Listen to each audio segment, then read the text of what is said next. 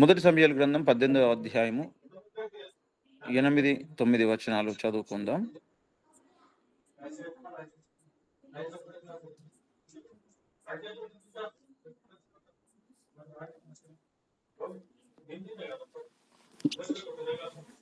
మీరు కూడా బైబిల్స్ తీసి పెట్టుకోండి.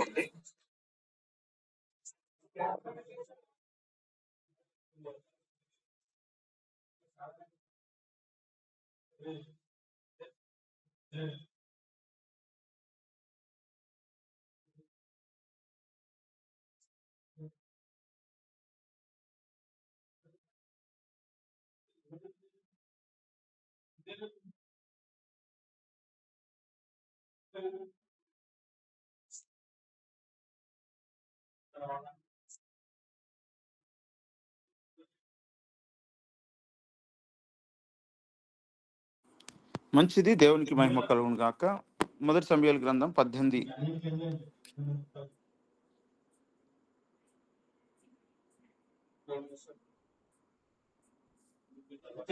అధ్యాయం 8, 9 వచనాలు చదువు. ఆ మాటలు సౌలునకు ఇంపుగా నుండినందున అతడు బహుకోపం తెచ్చుకొని వారు దావీదునకు 10,000 కొలది అనియు నాకు 1,000 కొలది అనియు స్తుతులు పాడిరే, రాజ్యం తప్ప మరి ఏమి అతడు తీసుకొనగలడు అనుకొనెను. కాబట్టి నాటి నుండి సౌలు దావీదు మీద విషపు చూపు నిలిపాను. చదువుబడి లేఖనం మన వెనుకలో దేవుడు దీవించును గాక. కృపగల తండ్రి, దయగలిగిన దేవ వందనాలు. ఇంతవరకు మీ కృపలో కాపాడి భద్రపరిచి సంరక్షించిన స్తోత్రం తండ్రి. సాయంకాలం నీ పాద సన్నిధికి వచ్చాం. మమ్మల్ని మీ రక్తంతో కడిగి శుద్ధి చేయండి, పరిశుద్ధపరచండి, పవిత్రపరచండి. నీ కృపా దీవెన ఆశీర్వాదం మెండుగా మీరు దయచేయండి. మీరు వాడుకొని మహిమ పొందమని వేడుకుంటున్నాం. సతాన్ శక్తులను నాశనం చేసిన, కాల్ చేసిన, లైఫ్ తండ్రి మీకు స్తోత్రం. మీరు దీవించి ఆశ్రయించమని వందనాలు స్తోత్రం చెల్లిస్తూ ఏస్తున్నారు ప్రార్థించే కృపణ తండ్రి. మంచిది, దేవునికి మహిమ కలుగును గాక. మనము శ్రమలను గూర్చి ధ్యానిస్తూ ఉన్నాము ఈ లెంట్ డేస్ కాబట్టి. మరి భక్తులకు కలిగినటువంటి శ్రమలు అనే అంశం ఇక్కడ దావీదును గురించి మనము చూసినట్లయితే, దావీదు కూడా అనేక శ్రమలు పొందాడు. దావీదు దేవుని హృదయానుసారి, దేవుని కొరకు అనేకమైన కీర్తనలు రచించాడు. దావీదు ప్రవక్తగా మనకు కనబడతాడు, రాజుగా కనబడతాడు. దావీదును చాలా గొప్పగా దీవించాడు. ఇశ్రాయేలీయులకు సౌలు పోగొట్టుకున్నటువంటి రాజు హోదాను అధికారమును దావీదు పొందుకున్నాడు. మరి దావీదు తను రాజు కాకముందు కంటే రాజు అయినాకనే ఆయనకు శ్రమలు ఎక్కువైనాయి. దావీదు దొడ్డల పశువుల గొర్రెల కొట్టం నుంచి, గొర్రెల దొడ్డి నుంచి దావీదులు దేవుడు లేవనెత్తాడని మనం చెప్పుకుంటాం, రాజుని చేశాడని చెప్పుకుంటాం. కానీ దావీదు రాజైనాక తనకు కష్టాలు ఎక్కువైనాయి. అదేంటి? దేవుడే ఆశీర్వదించాడు కదా దావీదును. కష్టాలు ఎక్కువ కావడం ఏంటి? బాధలు ఎక్కువ కావడం ఏంటి? ఏమండి? పైగా ఎవరితోని తనకు కష్టాలు ఎదురైనాయి చెప్పండి? అక్కడ ఉన్న రాజుతోనే. దావీదు రాజు కాదప్పుడు, సౌలు రాజుగా ఉన్నప్పుడు తన మీద విషపు చూపు నిలిపాడని మనం చెప్పుకుంటాం. అనేక సార్లు అడవులలోకి, పర్వతాలలోకి పారిపోయాడు. ఏమండి? మొదటి సమూయేలు గ్రంథము 19వ అధ్యాయం 24 వచనం మనం చూస్తే, మొదటి సమూయేలు 19:24.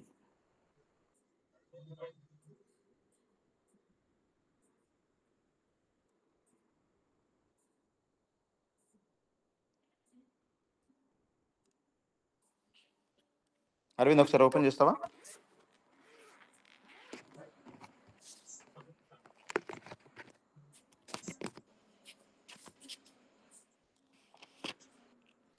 మొదటి సమూయేలు 19:24.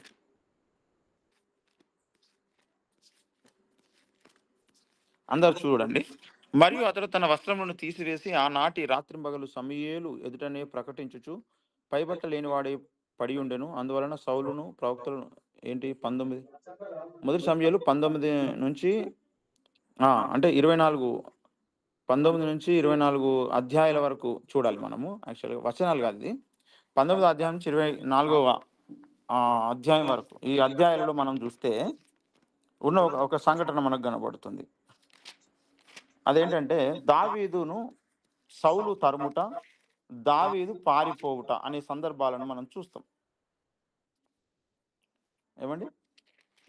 దావీదును సౌలు చంపాలనుకుంటాడు. 19వ అధ్యాయం మొదటి వచనం చూడండి. అంతటా సౌలు, మీరు దావీదును చంపవలసినదని తన కుమారుడైన యోనాతానుతోను తన సేవకులందరితోనూ చెప్పగా, సౌలు కుమారుడైన యోనాతాను దావీదందు బహుఇష్టం గలవాడై ఉండి దావీదుతో ఇట్లనెను, నా తండ్రి అయిన సౌలు నిన్ను చంపవాలనన్న ప్రయత్నము మీదనున్నాడు. కాబట్టి నువ్వు ఉదయమున జాగ్రత్త పడి రహస్యమైన స్థలమందు దాగియుండుము అని ఇక్కడ చెబుతాడు. ఏమో ఏమో సౌలు ఏ ఉద్దేశంతో ఉన్నాడు? దావీదును చంపాలని అనుకుంటున్నాడు. దావీదును చంపాలని అనుకుంటున్నాడు సౌలు. అవును, సౌలు చంపాలనుకుంటున్నాడు కదా దావీదును. దావీదు ఏం పాపం చేసిండు? సౌలుకు ఏం నష్టం చేసిండు? రాజ్యము సౌలు నుంచి వెళ్ళిపోయి గెలిస్తే ముందు రాజును పట్టుకొని వెళ్ళి రాజునే దాసునిగా చేసుకుంటాడు, లేదా చంపి పడేస్తాడు. అక్కడ ఉన్నటువంటి ఫిలిస్తీయులు గొలియాతు యుద్ధానికి వచ్చినప్పుడు వాడిని కొట్టి చంపినటువంటి ఘనత దావీదుది, దేవుని సహాయం వల్ల. ఇప్పుడు సౌలు బ్రతికిపోయాడు ఒక విధంగా అంటే దావీదు వల్ల దేవుడు చేశాడు ఆ కార్యం. ఇంత నష్టము, రవ్వంత నష్టము సౌలుకు దావీదు చెయ్యనే లేదు.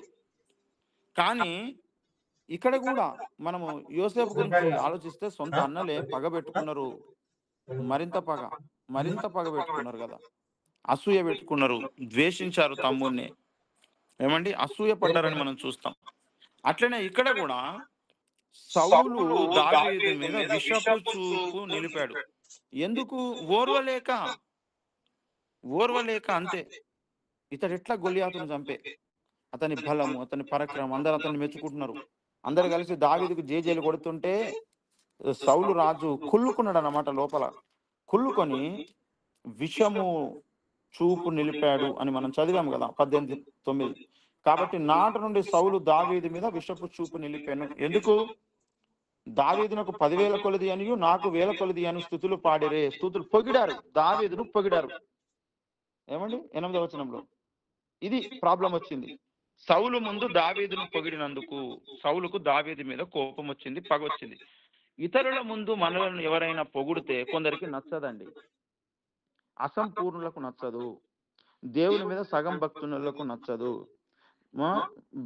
పైకి భక్తి కలిగి నటించి లోపల శక్తి లేనలకు నచ్చదు. కాబట్టి కొంతమంది ముందు దేవుడు ఎవరినైనా హెచ్చిస్తే కొందరికి నచ్చదనమాట, కుళ్ళుకుంటారు లోపల. దానికి చక్కని తార్కాణం ఈ సౌలు రాజే. దావీదుకు స్తుతులు పాడుతున్నారు. అక్కడ స్తుతులు పాడితే సౌలే ఓర్చుకోలేదు. అక్కడ అందరు ఓర్చుకున్నారు, అందరు జేజేలు కొడుతున్నారు, కానీ సౌలుకే నచ్చడం లేదు. వీనికి ఇంత బలం ఎందుకు, వీనికి ఇంత పేరెందుకు అని అప్పటి నుంచి రాజ్యాన్ని కాపాడిండు. అంతేకాదు, అప్పటి నుంచి దావీదు సౌలుకు దయ్యం పట్టినప్పుడల్లా దేవునికి ప్రార్థించి, అంటే తనకు వచ్చినటువంటి సంగీతము చేత దేవుణ్ణి ఆరాధిస్తుంటే పట్టిన దయ్యం వదిలిపెట్టి వెళ్ళిపోతుంది. 18వ అధ్యాయం 10వ వచనం నుంచి. మరునాడు దేవుని యుద్ధ నుండి దురాత్మ సౌలు మీదకి బలముగా వచ్చినందున అతడు ఇంటిలో ప్రవేశించుండగా దావీదు మునుపటి లాగున వీణ చేత పట్టుకొని వాయించెను. ఒకప్పుడు సౌలు చేతిలో ఒక ఈట ఉండగా దావీదును పొడిచి గోడకు బిగించుదననుకొని సౌలు ఆ ఈటను విసిరెను. అయితే అది తగలకుండా దావీదు 2 మారులు తప్పించుకొనెను. యెహోవా తనను విడిచి దావీదునకు తోడైండుట చూసి సౌలు దావీదునకు భయపడెను. సౌలు రాజుగా ఉండే దావీదుకు భయపడుతున్నాడు. కారణం, దావీదు తోడుగా ఉన్నాడు, పెట్టేసిండు. ఇప్పుడు సౌలును పట్టుకున్నది దురాత్మ. ఎవరికైతే దయ్యం పడుతుందో వాళ్ళు భయపడడం మొదలు పెడతారు. వాళ్ళ అంతరంగంలో శాంతి ఉండదు, సమాధానం ఉండదు, నెమ్మది ఉండదు, మనశ్శాంతి ఉండదు. ఒకరిని పొగిడితే ఓర్చుకోలేరు, ఎందుకంటే దయ్యానికి ఉన్న ఇదే. ఇప్పుడు యేసు ప్రభువును, మహోన్నతుడైనటువంటి వాడు, ఆది సంభూతుడైనటువంటి యేసు ప్రభువును ఈ లోకంలో పుట్టక ముందు సైతానుగాడు లూసిఫర్ ఓర్చుకోలేదు. అదే ఈ లోకంలో వాని మనుషులందరికీ అదే నేర్పిస్తాడు. వాడు నీకంటే గొప్పవాడిని ద్వేషించు, వాని మీద పగవించుకో, వాడంటే నచ్చకు, వాని మీద అసహ్యించుకో, ఇదే నేర్పుతాడు అన్నమాట వాడు. ఒకవేళ వాడు నీకు ఎంత మేలు చేసినా వాడికి నువ్వు కీడే చేయడానికి ప్రయత్నం చేయి. ఇది సైతాన్ నేర్పేటువంటి పద్ధతి. దావీదేమో సౌలు రాజ్యాన్ని కాపాడాడు, ఆయన పోస్టును కాపాడాడు. ఏమంటే అతనికి దయ్యం పట్టినప్పుడల్లా వచ్చి సితారా తీసుకొని వాయించి, వీణ తీసుకొని వాయించి అతనికి స్వస్థపరుస్తున్నాడు. ఇతడేం చేస్తున్నాడు? ఎక్కడ దొరుకుతాడా వీని చంపుదామని వెతుకుతున్నాడు.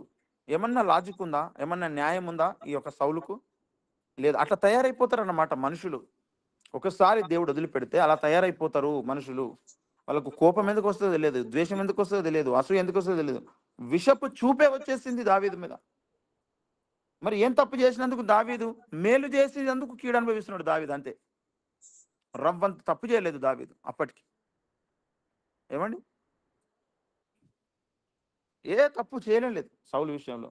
అప్పటికి అతడు మరి దేవుని చేత అభిషేకం పొందినవాడని గౌరవంతోనే చూస్తున్నాడు. మరి దావీదుకు బలం లేక కాదు. ఎలుగు సింహం ఎలుగు బంటి వస్తే దాన్ని చీల్చి పడేసినటువంటి వాడు. ఏమంటే దాన్ని చంపినటువంటి వాడు. అంత బలవంతుడు దావీదు, బలం లేనివాడు ఏం కాదు. కానీ దేవుడు సౌలును అభిషేకించాడు అనే ఒకే ఒక కారణముతో అతనికి భయపడి దేవుని మీద విశ్వాసంతో ఉన్నాడు. ఏమండి? మొదటి సమూయేలు మనము 17వ అధ్యాయం 34 వచనంలో చూస్తే, అందుకు దావీదు సౌలుతో ఇట్లనెను, మీ దాసుడైన నేను నా తండ్రి యొక్క గొర్రెలను కాయచుండా సింహమును ఎలుగుబంటిని వచ్చి మందులో నుండి ఒక గొర్రె పిల్లను ఎత్తుకొని పోచుండగా నేను దానిని తరిమి చంపి దాని నోట నుండి ఆ గొర్రెను విడిపించి తిని అది నా మీదకి రాగా దాని గడ్డం పట్టుకొని దానిని కొట్టి చంపి తిని. బలహీనుడేం కాదు దావీదు, చాలా బలవంతుడు, గొలియాతును చంపినోడు. ఇక్కడ సౌలుకు అన్ని విధాల మేలే చేస్తున్నాడు. ఏమండి? ఎంతసేపు దావీదును పడగొట్టాలి అనే ఉద్దేశమే సౌలుకుంది. ఏమండి? 24 వచనం చూడండి, 18-24. సౌలు సేవకులు దావీదు పలికిన మాటలు అతనికి తెలియజేసిరి. అందుకు సౌలు ఫిలిస్తీయుల చేత దావీదును పడగొట్టవాలన్న తాత్పర్యం గలవాడై రాజు ఓలిని కోరక రాజు శత్రువుల మీద పగ తీర్చుకున్నవాలని ఫిలిస్తీయులను 100 ముందోలు కోరుచున్నాడని దావీదుతో చెప్పుడా. నేను చూడండి ఎంత ఘోరంగా ఉంటారు మనుషులు అంటే, ఇప్పుడు ప్రాణాన్ని సౌలు రాజ్యాన్ని కాపాడినవాడు దావీదైతే సౌలు ఏం చేస్తుంది తెలుసా? ఫిలిస్తీయుల చేత దావీదును పడగొట్టాలి అని ప్లాన్ చేస్తున్నాడు. చూసిరా ఫిలిస్తీయుల చేతులలో నుంచి సౌలును దావీదు రక్షిస్తే ఆ ఫిలిస్తీయుల చేతుల ద్వారానే దావీదును ఓడగొట్టాలి, దావీదుని పడగొట్టాలి. ఇగో దయ్యం పడితే ఇట్లుంటాయి వ్యవహారాలు.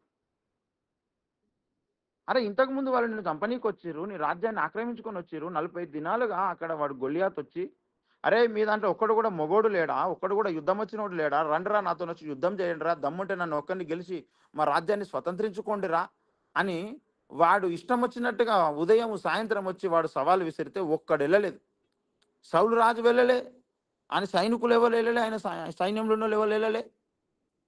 దావీదు వెళ్ళి గెలిచి గొలియాతు తలకాయ తీసుకొని వస్తే ఇప్పుడు సౌలు చేస్తున్న ప్లాన్ ఏంటిదండి? ఫిలిస్తీయుల చేత దావీదును పడగొట్టాలి అని ప్లాన్ రాసిస్తున్నాడు. ఎందుకు ఇంతగానం కక్ష, కోపం, ద్వేషం? దయ్యం పడితే ఇట్లనే ఉంటుందండి. ఎందుకంటే ఇది దయ్యం పట్టింది సౌలుకు దయ్యం పట్టింది కాబట్టి దయ్యం పడితే ఇటువంటి ఆలోచనలు, ఇలాంటి తీర్మానాలు వస్తాయి. ఫిలిస్తీయులు శత్రువులైనా శత్రువులతో కలుస్తా, ఎందుకంటే వీళ్ళని అందరూ పొగుడుతున్నారు. ఆ శత్రువులు నయ్యం నాకు, నా ముందట వీని మాత్రం పొగడొద్దు. దేవుని యొక్క సేవకుణ్ణి ఎవరైనా పొగిడితే ఓర్చుకోలేని మనస్తత్వం దయ్యాలకు మాత్రమే ఉంటుంది. ఇది నేను ప్రాక్టికల్గా నా జీవితంలో కూడా చూశాను, మీ జీవితంలో కూడా ఎదురై ఉంటుంది ఇలాంటిది. అరే వాళ్ళ శత్రువుల చేతుల్లో నుంచి నువ్వు ఒకరిని రక్షిస్తే నిన్ను చూసి ఓర్వలేక శత్రువులతోని మమేకమై లేదా శత్రువులతోని నిన్ను ఓడించాలనుకునేటువంటి కుట్ర, ఎంత భయంకరమైన కుట్రను ఒకసారి ఆలోచన చేయండి. ఇంతకంటే నీచము, ఇంతకంటే నికృష్టమైనది ఇంకేమైనా ఉంటుందా? ఏమండి? దావీదు మీద ఫిలిస్తీయుల చేత పగ తీర్చుకోవాలనే తాత్పర్యం కలిగి ఉండి కుదరని పని ఒకటి అప్పగించిండు దావీదుకు. ఏంటిది? ఫిలిస్తీయుల 100 ముందోళ్ళు తీసుకొని రాపో అని దావీదుకు చెప్తున్నాడు తన సేవకుల ద్వారా. సౌలు సేవకుల మాటలు దావీదునకు తెలియజేయగా తాను రాజునకు అల్లుడు కావాలన్న కోరిక గలవాడై గడువు దాటక మునిపే లేచి తన వారితో పోయి ఫిలిస్తీయులతో 200 మందిని హతము చేసి వారి ముందోళ్ళు తీసుకుని వచ్చి రాజునకు అల్లుడొకటకే కావాల్సిన లెక్క పూర్తి చేసి అప్పగింపగా సౌలు తన కుమార్తె అయిన మీకాలను అతనికి ఇచ్చి పెళ్లి చేశాను. 100 తెమ్మన్నాడు ముందోళ్ళు, 200 తీసుకొచ్చిండు దావీదు. ఏమండి? ఇతడు ఏమనుకుండంటే 100 మంది దగ్గరికి వెళ్ళి వాళ్ళను గెలుస్తాడా ఏమైనా దావీదు? లేదు, అక్కడ పోయి కుక్క సాగు చచ్చిపోతాడు, నా పగ సల్లారుతుంది, లేదా నా లోపల సౌలు. కానీ 100 తెమ్మంటే ముందోళ్ళు 200 తీసుకొని వచ్చిండు దావీదు. ఏమండి? ఇది సంగతి. ఎందుకు ఇంత విరోధము? 29 చూడండి. దావీదునకు మరి ఎక్కువగా భయపడి ఎల్లప్పుడు నువ్వు దావీదు మీద విరోధముగా ఉండను. ఎల్లప్పుడు విరోధం అట, ఎల్లప్పుడు విరోధం. ఎందుకు విరోధము? దయ్యం పట్టినోళ్లకు దేవుని సేవకుల మీద ఎప్పుడు విరోధం ఉంటది. వాళ్ళకి మనం రూపాయి అన్యాయం చెయ్యకపోయినా ద్వేషముతో, అసూయతో, కక్షతో, దయ్యం బట్టి అంతే, దయ్యం బట్టి ద్వేషం పెట్టుకుంటారు లోపల. నా మీద కూడా ఇలాంటి ద్వేషం పెట్టుకున్న వాళ్ళు ఉన్నారు, మీ మీద పెట్టుకున్న వాళ్ళు కూడా ఉండొచ్చు. నేను ఎవరికి అన్యాయం చేయలేదు, ఎవరికి మోసం చేయలేదు, ఎవరిని ఏమనలేదు, కానీ నా మీద పట్టజాలనంత ద్వేషం, దొరికితే చంపుదామన్నంత ద్వేషం, ఓడిపోతే చూడాలన్నంత ద్వేషం.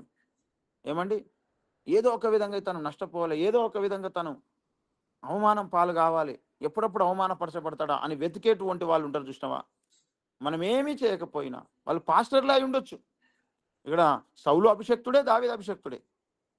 అందుకే సౌలు చంపే అవకాశం దావీదుకు వచ్చినా సౌలు మీద చెయ్యలేదు, అన్న బట్టను కూడా కోయడానికి ఇష్టపడలేదు. తర్వాత సాక్షార్థం తీసుకున్నాడు కొంతగా దుప్పటిని.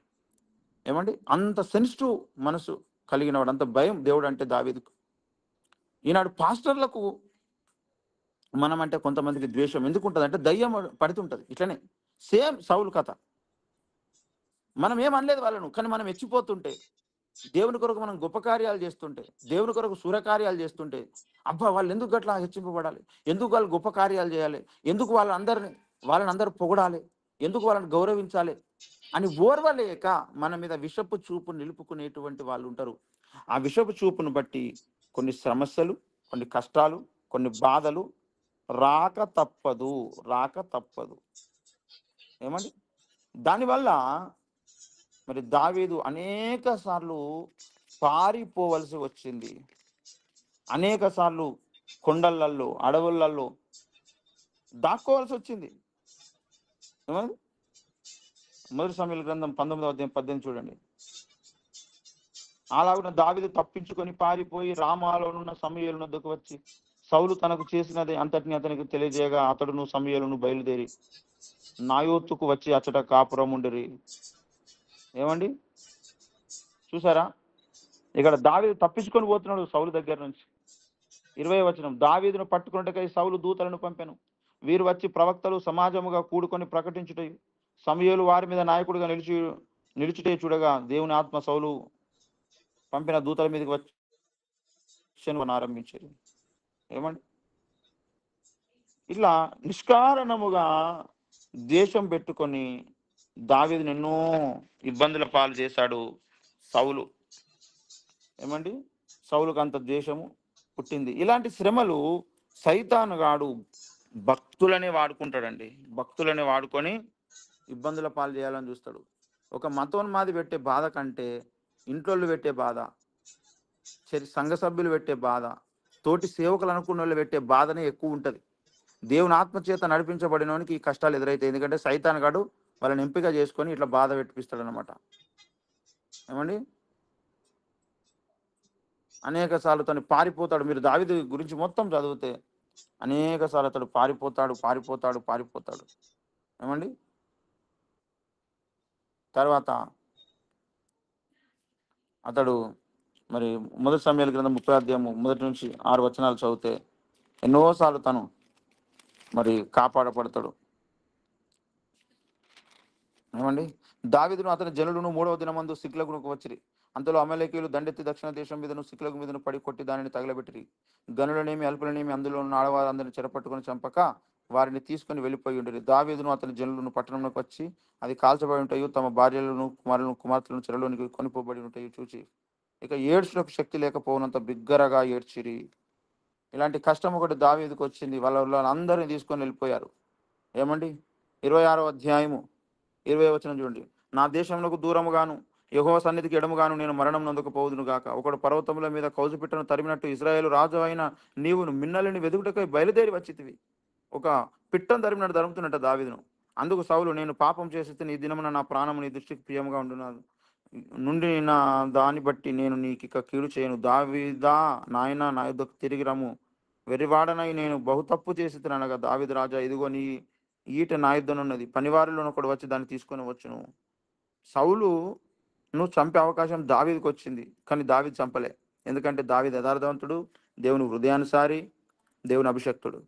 సౌలుకు చంపే అవకాశము దావీదును చంపనీకే అసలు రానే రాలే ఎప్పుడు కూడా. ప్రతిసారి దేవుడు తప్పించాడు దావీదును. ఏమండి? గనుక గనుక ఇలాంటి సమస్యలు దావీదుకు వచ్చాయి. కానీ దావీదు దేవుని యందు భయభక్తులు కలిగిన వాడుగా తాను కనపరుచుకున్నాడు. దేవుడు వదిలిపెట్టాడండి. దేవుడు వదిలిపెట్టడు. దేవుడు గుర్తుపెట్టుకుంటాడు.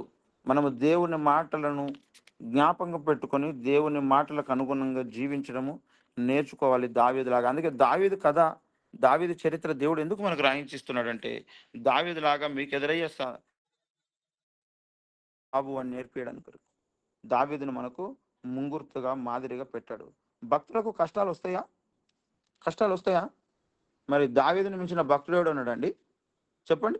దొర్ల గొర్రెల కొట్టము, గొర్రెల దొడ్డి నుంచి మహారాజును చేశాడు దేవుడు దావీదును. మరి అతన్ని దీవించినటువంటి దేవుడు అందరినీ దీవిస్తాడు. మరి అతనికి వచ్చినాయి కదా కష్టాలు, మిగతాళ్ళకి రావా కష్టాలు? ఖచ్చితంగా వస్తాయి. తన సొంత కుమారుని చేత కూడా తరమబడ్డాడు దావీదు. అబ్షలోము తిరుగుబాటు చేసిండు సొంత తండ్రి మీదనే. 2వ సమూయేలు గ్రంథం 15 నుంచి 18 అధ్యాయాలలో మనం ఈ విషయాలను చూడగలుగుతాము. 2వ సమూయేలు గ్రంథం 15వ అధ్యాయం నుంచి మొదటి వచనం, 15 ఇది అయిన తర్వాత అబ్షలోము ఒక రథమును గుర్రములను సిద్ధపరిచి తన ఎదుట పరిగెత్తుటకై 70 మంది బంటులను ఏర్పరచుకున్నాను. ఉదయమున లేచి బయలుదేరి పట్టణం యొక్క గుమ్మపు మార్గమందు ఒక తట్టున నిలిచి రాజు చేత తీర్పు నందుటకై వ్యాజ్యమాడు వారెవరైనా వచ్చి ఉండగా కనిపెట్టి వారిని పిలిచి, నువ్వు ఏ ఊరి వాడవని అడుగుచుండెను. నీ దాసుడైన నేను ఇశ్రాయేలు గోత్రంలో పలానా దానికి చెందినవాడని వాడు చెప్పగా అబ్షలోము, నీ వ్యాజ్యం సరిగాను న్యాయంగా ఉన్నది కానీ దాన్ని విచారించుటకై నియమింపబడిన రాజులతో కూడా లేడని చెప్పి. ఇదంతా మనం చూస్తాము.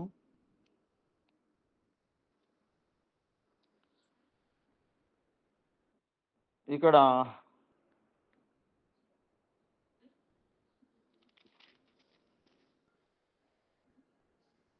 16వ అధ్యాయం మొదటి వచనం చదువుదాం.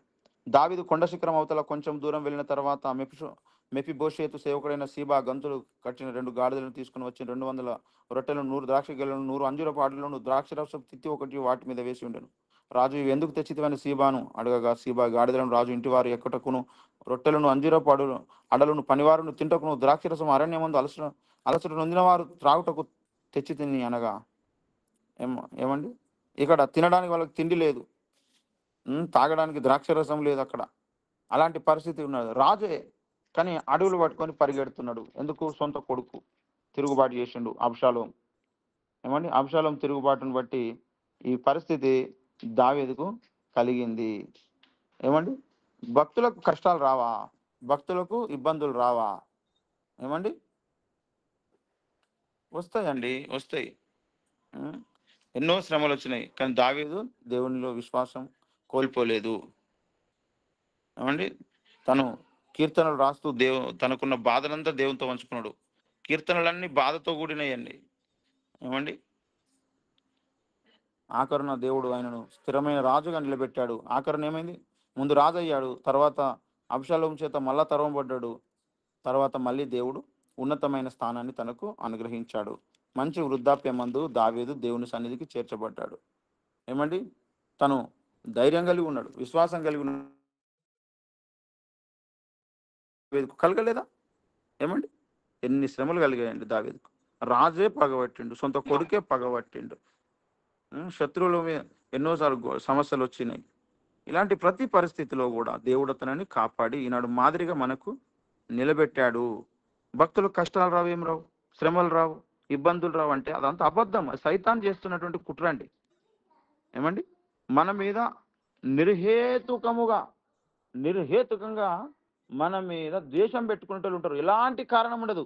మనం అనుకుంటాం కొన్నిసార్లు, వీళ్ళది ఏం తప్పు లేకపోతే ఊకెందుకు ద్వేషిస్తారు వీళ్ళను, వీళ్ళదేదో ఉన్నది కాబట్టే వాళ్ళు అంతమంది అన్నిసార్లు ద్వేషిస్తున్నారు, లేకపోతే ఎందుకు ద్వేషిస్తారండి అనుకుంటాం మనం. అరే, అసలు ఏం కారణం లేకుండా ద్వేషిస్తారండి. ఏమండి? 35వ కీర్తన 19వ వచనం చూడండి.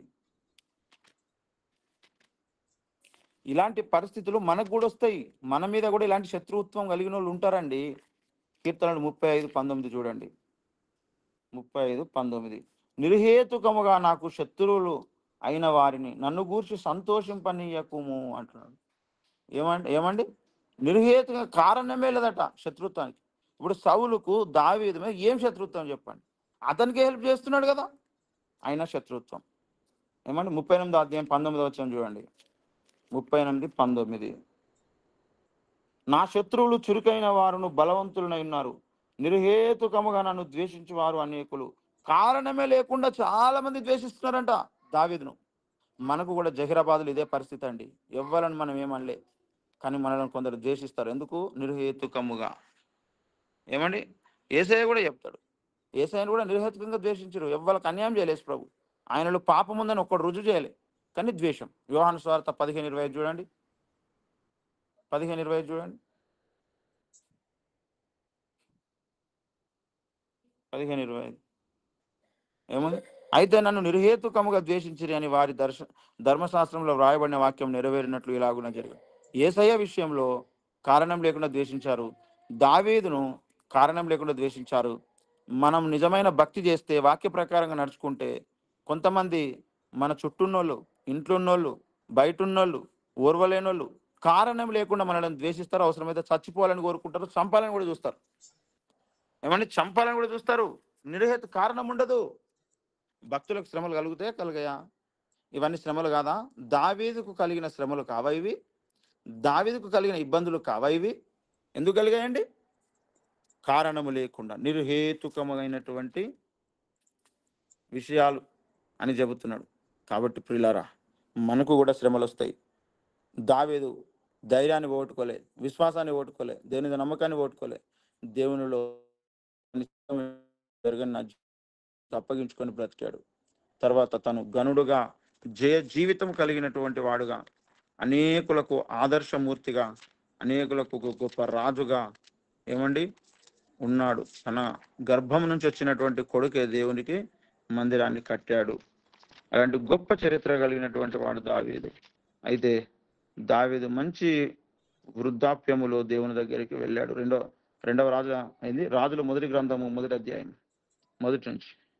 రాజైన దావీదు బహువృద్ధుడు కాగా సేవకులు అతనికి అని ఇక్కడ చెబుతాడు.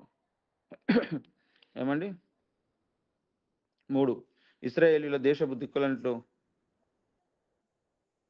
ఏమండి ఇక్కడ వృద్ధాప్యం గురించి మనం చూస్తే, అతడు వృద్ధుడైనప్పుడు వరకు కూడా దావీదు ఇక్కడ మనకు కనబడతాడు. మంచి వృద్ధాప్యం అందు కూడా దేవుని యొక్క సన్నిధిలో అతడు ఉంటాడు. ఏమండి దావీదు యొక్క బహువృద్ధుడు అని ఉంది కదా.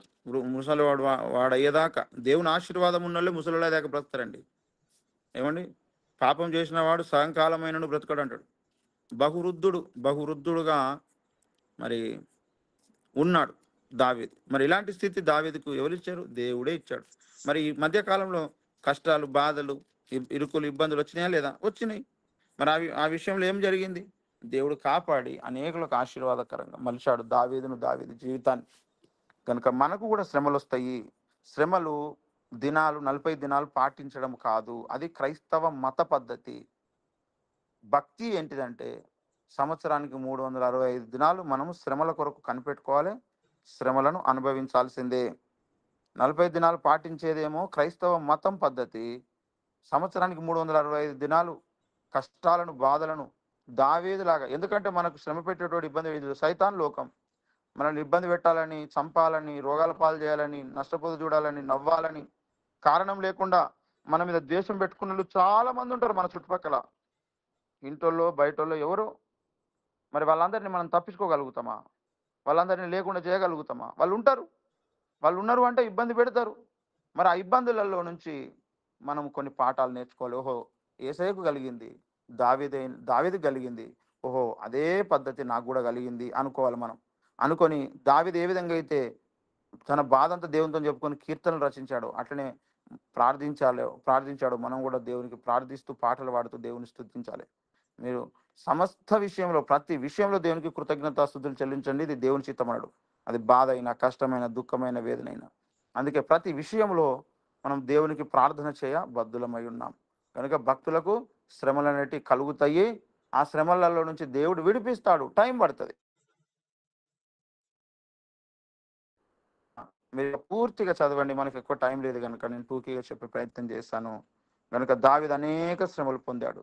అనేక ఇబ్బందులు జీవితకాలమంతా పరిగెత్తాడు. కొండలకు, గుట్టలకు, పర్వతాలకు పరిగెత్తాడు. దాక్కున్నాడు. భయం భయంగా బ్రతికాడు. మరి దేవుడు అంటాడు దావీదు హృదయానుసారి. ఏమండి హృదయానుసారైన దావీదుకి అన్ని కష్టాలు, బాధలు ఉంటే మనకు బాధలు, కష్టాలు ఉండవండి? మీరు యేసుప్రభుని నమ్ముకోండి. ఏ బాధ ఉండదు, ఏ కష్టం ఉండదు, ఏ ఇబ్బంది ఉండదు. అంటే ఎట్లా రైట్ అవుతుందండి? మరి దావీదు దేవుణ్ణి నమ్ముకోలేదండి? దావీదు కంటే ఎక్కువ నమ్ముకున్న వాళ్ళు ఉన్నారా అండి దేవుణ్ణి? మరి దావీదుకి కష్టాలు వచ్చినప్పుడు మనకెందుకు రావండి కష్టాలు? కష్టాలు వస్తాయి. ఆ కష్టాల నుంచి విడిపించిన దేవుడు దావీదుకున్నాడు. ఆ దేవుడే మన దేవుడు. దేవునికి మహిమ కలుగును గాక. అంతే తప్ప కష్టాలు రావద్దు దేవా, కష్టాలు రావద్దు అంటే రాక మానదు. ఎవడైనా దేవా ఇప్పుడు రాత్రి అయింది, అసలే తెల్లారొద్దని ఎన్ని రోజులు ఉపవాసం ఉండి ప్రార్థించినా తెల్లారకుండా ఉండక మానదు. అయ్యా పగలున్నది, ఇట్లనే ఉండాలి, రాత్రి అస్సలు కావద్దు అని ఎంత ప్రార్థించినా రాత్రి కాక మానదు. అది అసలు నువ్వు చేయొద్దు, ఆ ప్రార్థనే చేయొద్దు అసలు. ఏమండి వర్షాలు పడుతుంటే వర్షం ఆగిపోద్దని ప్రార్థన చేయొద్దు. ఏమండి ఎండాకాలంలో వర్షం రావాలి అని ప్రార్థన చేయొద్దు. ఇవన్నీ కూడా కాలంలో దేవుడు ఏ సమయంలో ఏది ఇవ్వాలో ఆయన చిత్త ప్రకారం ఇస్తూ ఉంటాడు. దానిని మనం ఎవ్వలం ఆపలేము. ఆయన ఇచ్చేది తీసుకొని అది అనుభవించడానికి, భరించడానికి శక్తినివ్వమని అడగాలి దేవుడు. దేవాని చిత్తం మీద తప్పించమని అడగాలి. కానీ దాన్ని భరించడానికి శక్తి కావాలని అడగాలి. ఏమండి పగలొచ్చింది దాటిపోయింది, రాత్రి వచ్చింది దాటిపోతుంది. అట్లనే కష్టం వచ్చినప్పుడు కూడా అది కూడా దాటిపోతుంది. అంతలోపు సూసైడ్ చేసుకోవడము, అంతలోపు భక్తిహీనులు అయిపోవడం అలాంటిది ఏం చేయొద్దు. ప్రతి దానికి సమయం కలదు. ఏడ్చుటకు నవ్వుటకు అన్నాడు. దుఃఖపడడానికి ఒక సమయం ఉంటుంది, నవ్వడానికి ఒక సమయం ఉంటుంది, సంతోషపడడానికి ఒక సమయం ఉంటుంది, బాధపడడానికి కూడా ఒక సమయం అనేది ఉంటుంది. ఇది ఇచ్చినవాడు దేవుడే. సుఖ దుఃఖాలను కల్పించాడని మనం చెప్పుకుంటాం. అందుకే శ్రమ దినమునందు మనము బలహీనులము కావద్దు. ఏమండి శ్రమ కలిగినప్పుడు మనము బలహీనం కావద్దు. శ్రమ కలిగినప్పుడు మనము ధైర్యంగా దేవుని మీద విశ్వాసముతో ఉండాలి. ఏమండి అప్పుడు దేవుడు మనకు అనేకులకు ఆశీర్వాదకరంగా మారుస్తాడు. కనుక ప్రభునందు ప్రియులారా, శ్రమ కలిగినప్పుడు మనం దేవుని తట్టు తిరగాలి. అంతే తప్ప మనము దేవునికి దూరంగా కావడానికి వీలు లేదు. కనుక దావీదుకు కలిగినటువంటి శ్రమలను గురించి మనం విన్నాం. అనేక మంది భక్తులకు కలిగినటువంటి శ్రమలను గురించి కూడా మనము విన్నాము.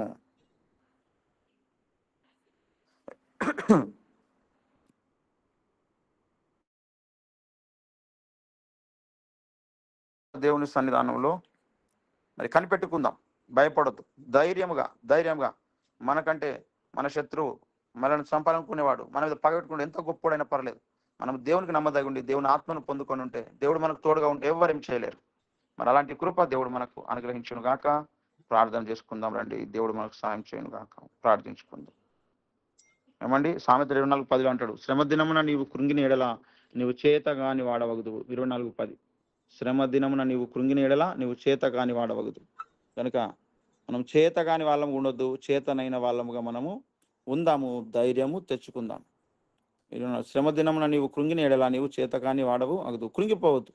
శ్రమించిన సుఖమిస్తే ఎట్లా ఆనందించినవో, కష్టమిస్తే కూడా అట్లనే దాన్ని నువ్వు స్వీకరించాలి. కృంగిపోవద్దు. సంతోషం అయితే పొంగిపోవద్దు, శ్రమ కలిగితే కృంగిపోవద్దు. అదే భక్తి జీవితం. దాన్ని సాధన చేయాల. అలాంటి కృప దేవుడు అనుగ్రహించును గాక. మనందరికీ ప్రార్థించుకుందాం. కృపగల తండ్రి, దయగలిగిన దేవ, దయమేడ కరుణమేడ మీ బంగారి పాదాలకు వందనాలు, లెక్కలేని స్తోత్రం. అయ్యా ప్రార్థనలో ఉన్న ప్రతి ఒక్కరిని పేరు పేరున ఆశ్రయించి దీవించి నీ మహిమార్థంగా వాడుకోండి. మీరు కృప చూపి నడిపించండి, సహాయం ఇచ్చండి. అందరూనైనా శ్రమ దినమున కృంగిపోకుండా ధైర్యము కలిగి ఉండే కృప దయచేయండి. మీరు బలపరిచి వాడుకోండి, విధంగా వాడుకోండి. దావీదు లాంటి భక్తి జీవితం, దావీదు లాంటి ఆరాధన, దావీదు లాంటి విశ్వాసం, దావీదు లాంటి ధైర్యం మాకు అందరికీ ఉండను నాకు. దావీదు లాంటి క్షమాపణ, దావీదు లాంటి నైనా యథార్థత, నీకు లోబడుట, విధేయత చూపెట్టుట అనేది సర్వం మా అందరి జీవితాలలో, సంఘం జీవితంలో, కుటుంబాల జీవితం దయచేసి వాడుకొని మై పొందండి. వందనాలు స్తోత్రం చెల్లిస్తూ యేసునామములో ప్రార్థించి వేడుకున్న పరమ తండ్రి, ఆమేన్ ఆమేన్ ఆమేన్. తండ్రిని దేవుని ప్రేమయు కుమారుని క్రీస్తుని పరిశుద్ధాత్మకరణ సహవాసం ఇక్కడ మనకు భూలోకమున సకల భక్తుడికి తోడండి. యేసు వచ్చేంత వరకు మనం ఈ లోకం వరకు దేవుని కృప కాపుదల సంరక్షణ నిరంతరం తోడైండును గాక. ఆమేన్, ఆమేన్, ఆమేన్. Praise the Lord. అందరికి వందనాలు. Praise the Lord. May God bless you.